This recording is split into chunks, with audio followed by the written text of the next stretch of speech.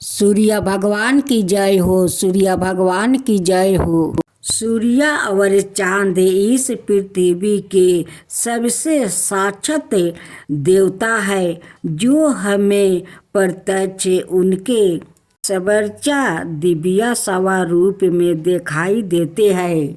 वेदों में सूर्य को जगत की आत्मा कहा गया है। समस्त चराचर जगत की आत्मा सूर्य ही है। सूर्य से ही इस पृथ्वी पर जीवन है। वैदिक काल से ही भारत में सूर्योपासना का प्रचलन रहा। वेदों की रचनाओं में अनेक स्थानों पर सूर्य देव की स्तुति की गई है।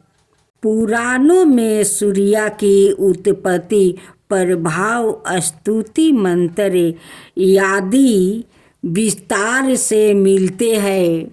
ज्योतिष शास्त्रों में नवग्रहों में सूर्य को राजा का पद प्राप्त है। मार्कंड पुराण के अनुसार पहले यह संपूर्ण जगत प्रकाश रहित था। उस समय कमल योनि ब्रह्मा जी प्रकट हुए।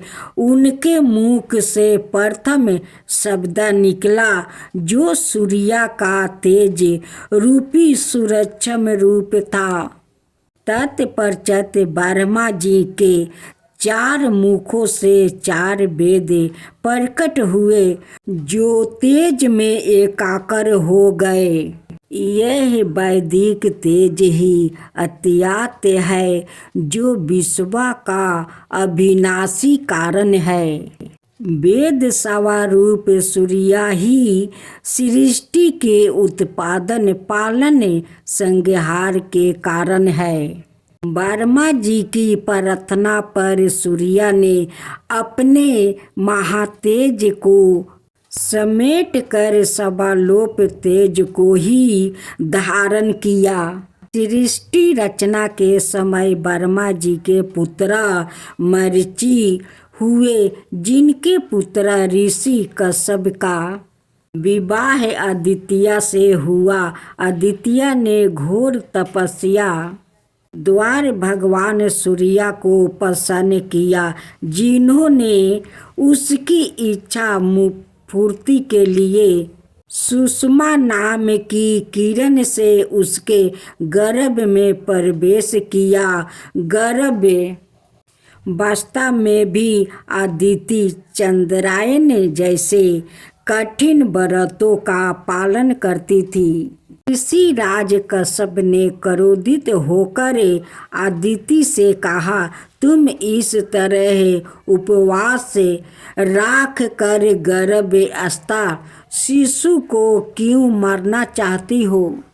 यह सुनकर देवी अदिति ने गर्भ के बालक को उदर से बाहर कर दिया, जो अपने अत्यंत दिव्य तेज से जब लीत हो रहा था। भगवान सूर्य शिशु रूप में उस गर्भ से प्रकट हुए। अदिति को मरीचि में टंडम कहा जाने के कारण यह बालक टंड नाम से प्रसिद्ध हुआ। ब्रह्मा पुराण में अदिति के गर्भ से जन्म सूर्य के अंश को दिव्य कहा गया है।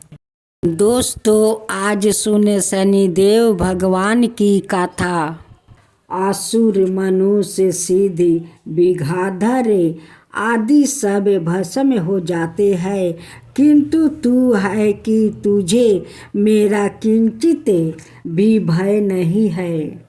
मैं तेरे इस तप और परोस से परम प्रसन्न हूँ। मैं तुझे वरदान देना चाहता हूँ, मांग। क्या मांगता है?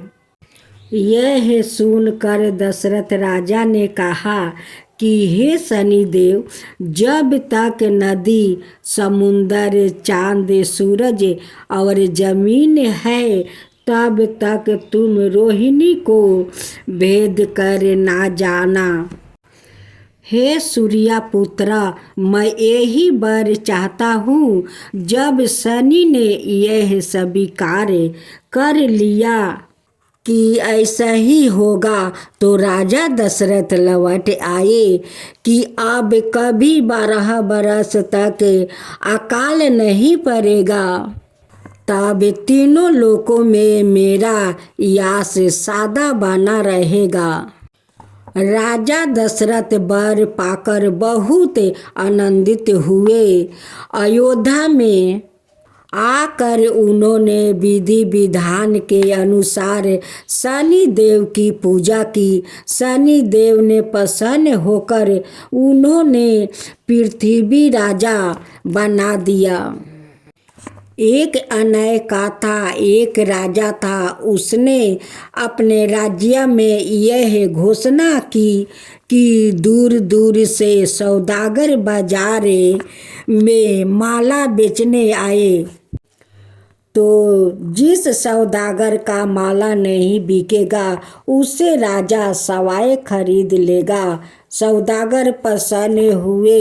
जब किसी सौदागर का माला नहीं बिकता तो राजा के आदमी जाते तब उसे उचित मूल्यवान देकर सारा सामान खरीद लेते।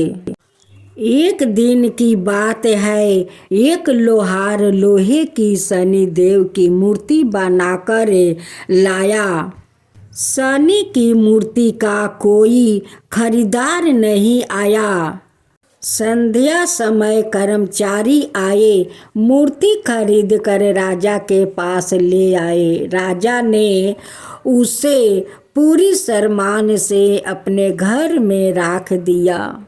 शनि देव के घर आ जाने से घर में रहने वाले अनेक देवी देवता बड़े रुष्ट हुए। रात के अंधेरे में राजा ने एक तेजस्वी स्त्री को घर से निकालते देखा तो उसे राजा ने पूछा कि तुम कौन हो? इस पर नारी बोली, मैं लक्ष्मी हूँ।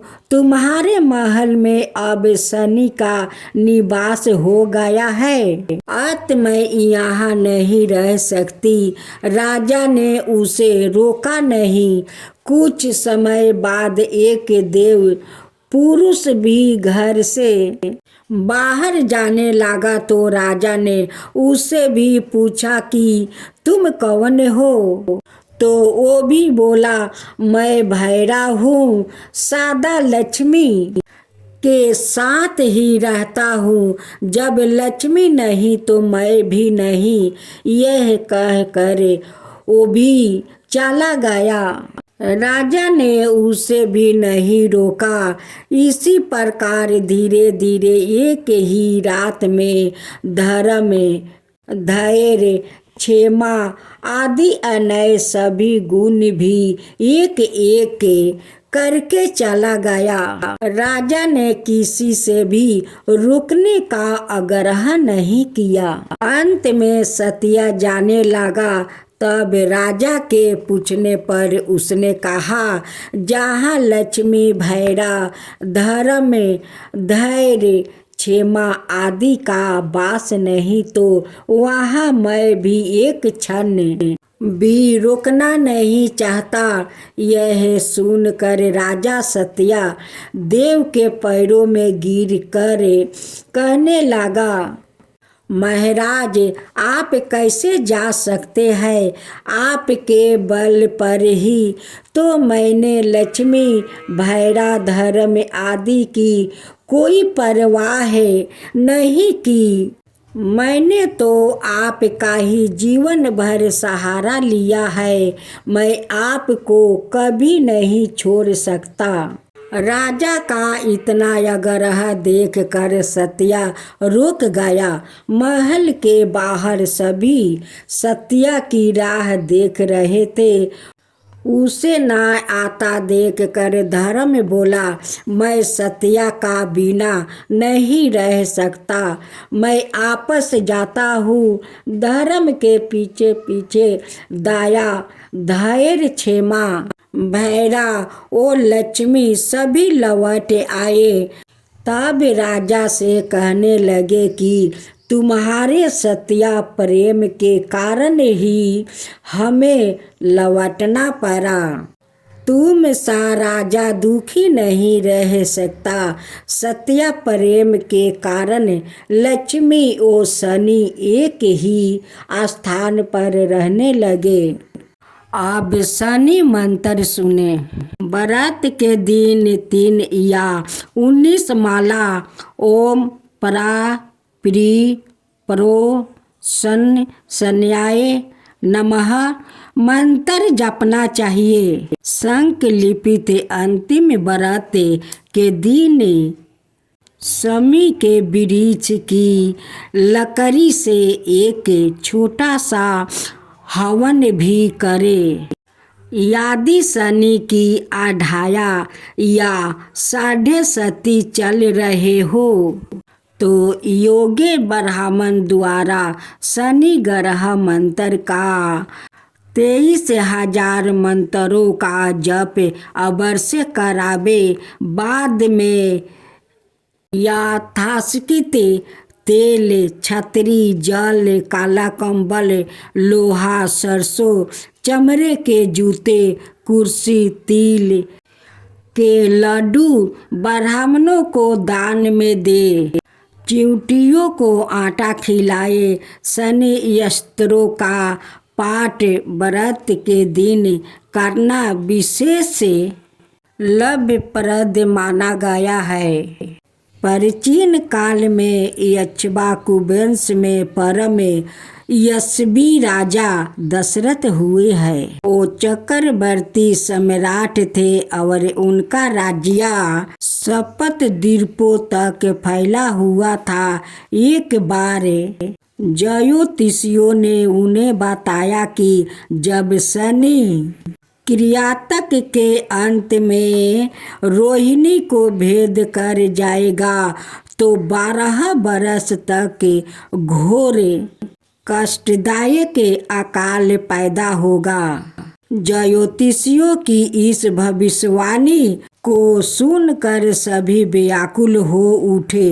तब राजा ने महर्षि वशिष्ठ से पूछा कि हे महर्षि, ऐसा समय में एक राजा का क्या कर्तव्य होता है, यह मुझे बताइए।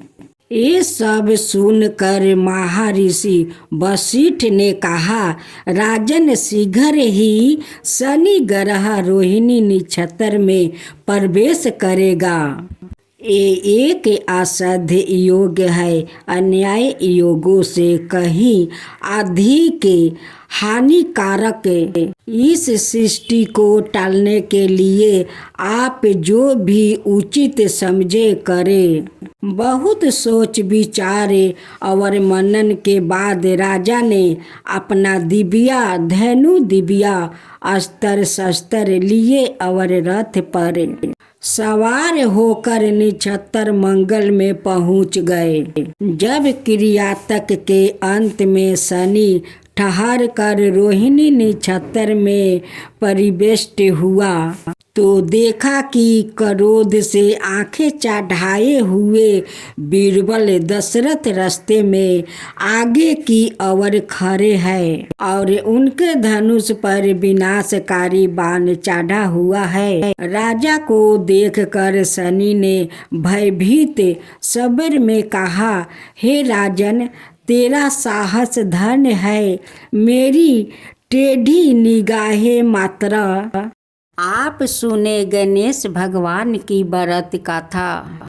राजा सातानिक ने सुमितु मुनि से पूछा, प्रिय वर गणेश जी को गणों का राजा किसने बनाया और बड़े भैया कार्तिकेय के रहते हुए यह कैसे विघ्नों के अधिकारी हो गए। सुमंतु मुनि ने कहा, राजा, आपने बहुत अच्छी बात पूछी है, जिस कारण ये विघ्न कारक हुए हैं और जिन विघ्नों को करने से इस पद पर उनकी नियुक्ति हुई है, वो मैं कह रहा हूँ। उसे आप एक ग्रह चित होकर सुने। पहले कीर्तियोग में प्रजाओं की जब सृष्टि हुई तो बिना विघ्न बाधा के देखते ही देखते सब कार्य सिद्ध हो जाते थे।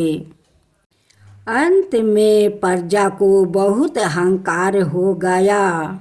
कैलेश रहित अहंकार से परिपूर्ण प्रजा को देखकर ब्रह्मा ने बहुत सोच विचार करके प्रजा समृद्धि के लिए विनायक को विनियोजित किया। अंत ब्रह्मा के प्रयास से भगवान शंकर ने गणेश को उत्पन्न किया और उन्होंने गणों का अधिपति बनाया। हे राजन, जो प्राणी गणेश की बिना पूजा किए ही कार्य आरंभ कर देता है, उनके मुझसे सुनिए। ओ व्याकृत सपने में अत्यंत गहरे जल में अपने को डूबते स्नान करते हुए यह केस मुराए देखता है। कासाय बस्तर से आच्छादित और हिस्सक व्यागिर्दी पशुओं पर अपने को चढ़ाता हुआ देखता है। अत्यंत गर्भ और ऊंट आदि पर चढ़ाकर परिजनों से घेरा वो अपने को जाता हुआ देखता।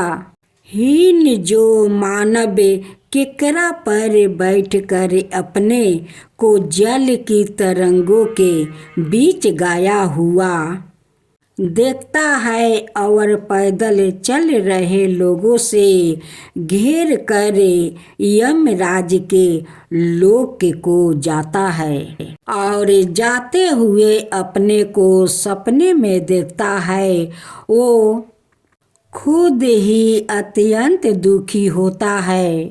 जो राजकुमार सपने में अपने चिता और आकृति को विकृति रूप में अब स्थित कारवीर के फूलों की माला से विभूषित देखता है, वो उन भगवान विघ्नेश के द्वारे विघ्न उत्पन्न कर देने के कारण पूर्व वंशानुगत प्राप्त रज्या को प्राप्त नहीं कर पाता। वैसे को व्यापार में लाभ नहीं प्राप्त होता है और कृषक को कृषि कार्य में पूरी सफलता नहीं मिलती। इसलिए राजन ऐसे अशुभ सपनों को देखने पर भगवान गणपति की प्रसन्नता के लिए विनायक शांति करना चाहिए। विनायक की जय हो, विनायक जी की जय हो।